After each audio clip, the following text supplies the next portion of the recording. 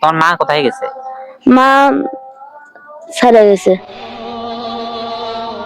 আমার সামনে যে বাচ্চাটা কি দেখতেছেন আপনারা, এই পাড়া প্রতিবেশী আমার ভাসতে হয়। বয়সটা তার অনেক কম, কিন্তু সে যে কষ্টটা নিয়ে বয়ে বেড়াচ্ছে সেটা বিশাল বড়।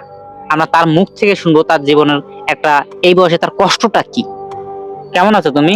আলহামদুলিল্লাহ, আপনি কেমন আছেন? আলহামদুলিল্লাহ। তুমি কি রোজা আছো? জি। ঈদের কোনো মার্কেট হয়েছে? জি না। এখনো হয় নাই। তোমার পরিবারত কে কে আছে? আমার নিজের কোনো কিছু কেউ নাই। মানে নিজের বাবা নাই? না। মারা গেছে? হ্যাঁ। কতদিন আগে মারা গেছে? তাও 5-6 বছর হচ্ছে। 6 বছর। তোমার তখন বয়স কত ছিল যখন তোমার বাবা মারা গেছে?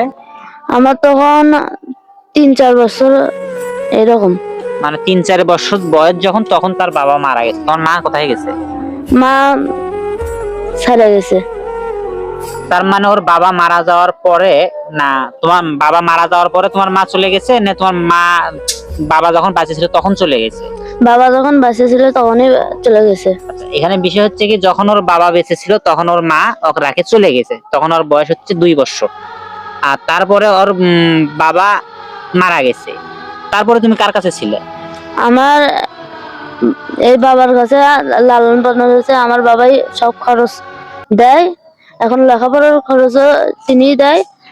আমি এখন সে বড়বার কাছে আছি। তোমার সবচেয়ে খারাপ কোনটা লাগে? আমার বাবা নাই এই জন্য। মানে তোমার বাবা নাই জন্য তোমার খারাপ লাগে? জি। মানে সবাই বাবা মানুষকে, যার বাবা আছে তারা বাবা ডাকে, তুমি বাবা ডাকতে পারো না? না। আচ্ছা, যাই হোক, সবচেয়ে বেশি কষ্ট লাগে ওর বাবা মা, মা থাকেও নাই বাবাও নাই।